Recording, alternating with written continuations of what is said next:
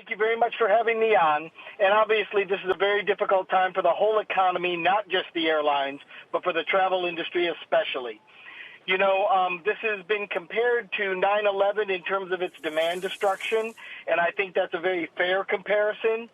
If I could give you an aviation analogy, when you learn to fly, one of the things that you learn very early as a pilot is that when you're in a tough situation, the first thing you do is fly the airplane. Make sure you've got fuel, that you're headed in the right direction, and that your wings are straight and level.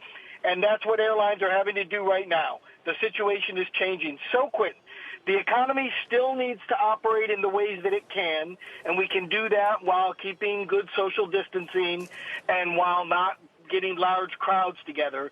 You know, being on an airplane presents no additional risk than being in a restaurant or being in any other kind of place like that. The air is circulated even better than most places. So I think while travel is down because people are canceling vacations and businesses are canceling meetings, I think to go wholesale and say they shouldn't even be flying would be a bridge too far. I've flown this week. The airports had people in them. They weren't ghost towns. Certainly the flights weren't as full as they might have been without this.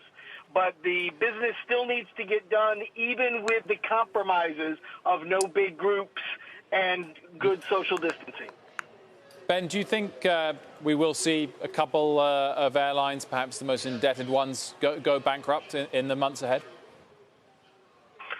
Well, you know, if you look at the U.S. industry and you compare this to 9/11, for example, in terms of the demand destruction, it's really different. There are fewer airlines as a result of consolidation, and balance sheets are significantly stronger than they were back then.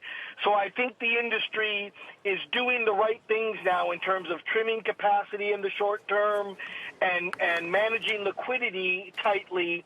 And I think the U.S. industry will get through this okay, and I think they will get through it. I mean, the industry has gotten through these kinds of difficult things, and even though we don't understand this, I feel very confident that at some point in the future, I don't know when that date is, but at some point in the future, demand and prices will be back to where they were before this. It may take a long time, but I think the industry is in good position to make that happen. Now, around the world, there may be some transatlantic carriers or carriers that focus largely on transatlantic. Norwegian comes to mind quickly, for example, that aren't as strong.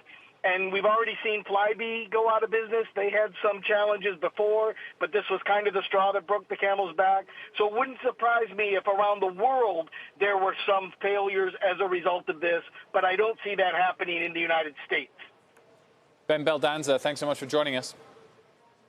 Thank you so much, and everybody stay safe and keep washing those hands.